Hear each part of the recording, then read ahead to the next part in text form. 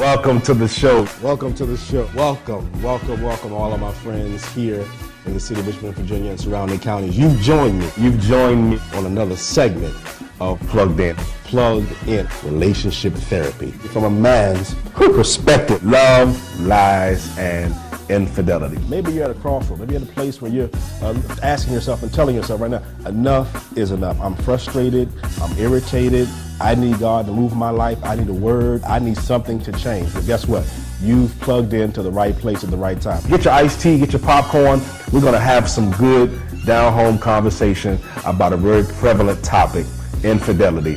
What is the definition of a real man? Here's a myth that we've heard. I want to get your take on this. Once a cheater, always a cheater. It's a myth. We've heard it before. Once they get started cheating, they're not going to never stop. Once they get started doing it and going out and being manipulative and deceptive, they're not going to never stop. Speak to that. Is that a myth or is that a real fact?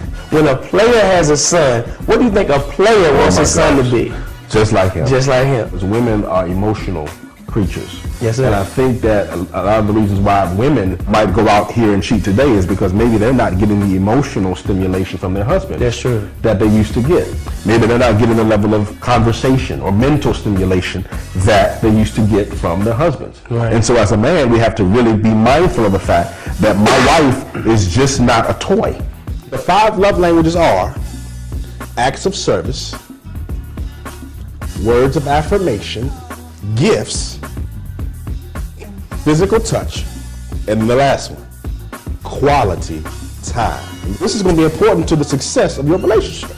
What are your love languages? And what are your partner, your husband or your wife's love languages? Because if you don't know, that's probably the reason why things are not working out the way they need to be working out. That's probably why there's some miscommunication. That's probably why things are off kilter. That's right. Because you all are speaking the wrong love language to one another. But why are they running behind the enemy lines? Why can't a real man stand up, father his children, love his wife, be there as the leader for his family? Why are the men running behind enemy lines? From my perspective, I think a real man stands up for something. Why is it that men, we as men, sometimes are not satisfied with one woman? Why is it that we feel like we have choices, or we feel like we can go out and get 3 and 4 and spread ourselves around? Right. Why, where does that come from? In light of some very staggering statistics, we're finding that the men have vanished from the face of the earth. We have children wondering, where are the men? You have the women wondering, where are the men? The enemy has really launched a strategic attack against the union of marriage. If you don't stand for something, you're gonna fall for anything. True or false? A child who grows up in a dysfunctional situation eventually becomes dysfunctional themselves. That is true and false. I want to take you on a pay date. for this date, and I'll pay for the next one. On the first one, absolutely not. That's a. What are you bringing to the table? It's a merger. It's a merger. It's a merger. Partnership. Partnership. It's a corporation. Right. And so what are you bringing to the table? Don't just talk about it. Be about it. Oh my goodness. Oh my goodness. So let's do a segment called Fill in the Blank. Okay. Now I want you to fill in the blank. Okay. Calls, I'm still waiting on you to call me. 915-5202. Where are the real men? Real men, please stand up. But a woman don't want no blank. Crybaby man. Yes, sir. And so these young men don't really have the role model to be a man. Good point. I think the reason why they're doing that is because there could be the absence of the father in the home. There are certain parts and times in your life where excuses ain't gonna cut it now. So a man is a man because he chooses to stand his ground, whether it's a political belief, whether it's a emotional belief, a financial stance. I want to stand my ground as it relates to this because this is what I believe in. Exactly. And a man that does not stand for what he believes in is not a good leader. He's not going to lead his family correctly. He's not going to lead his wife correctly. How can he? But when you're getting to know someone, that's all that happens. It's communication. Right. It's phone calls, it's text messages, it could be a Twitter, a Facebook thing.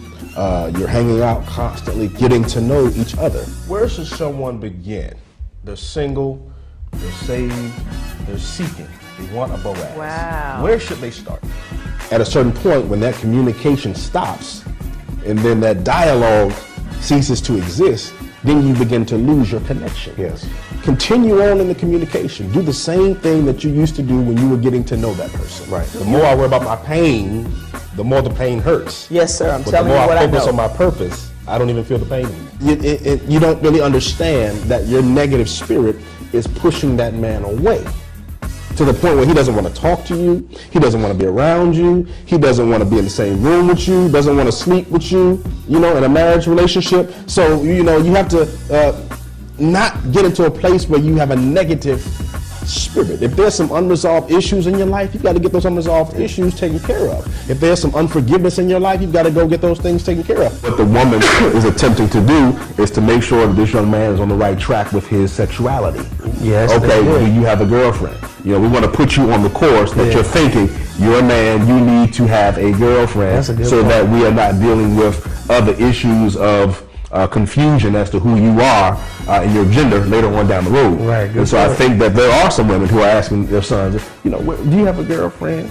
You know, and when you take God out of the equation, you know, when you take education out of the equation, you're putting a child on the wrong road when they should be having other things as their priority. School is their priority. Shouldn't be in a relationship anyway. You can hit me up on Facebook. I'm on Lewis Johnson, Richmond, Virginia. I'd love to hear your comments about the show.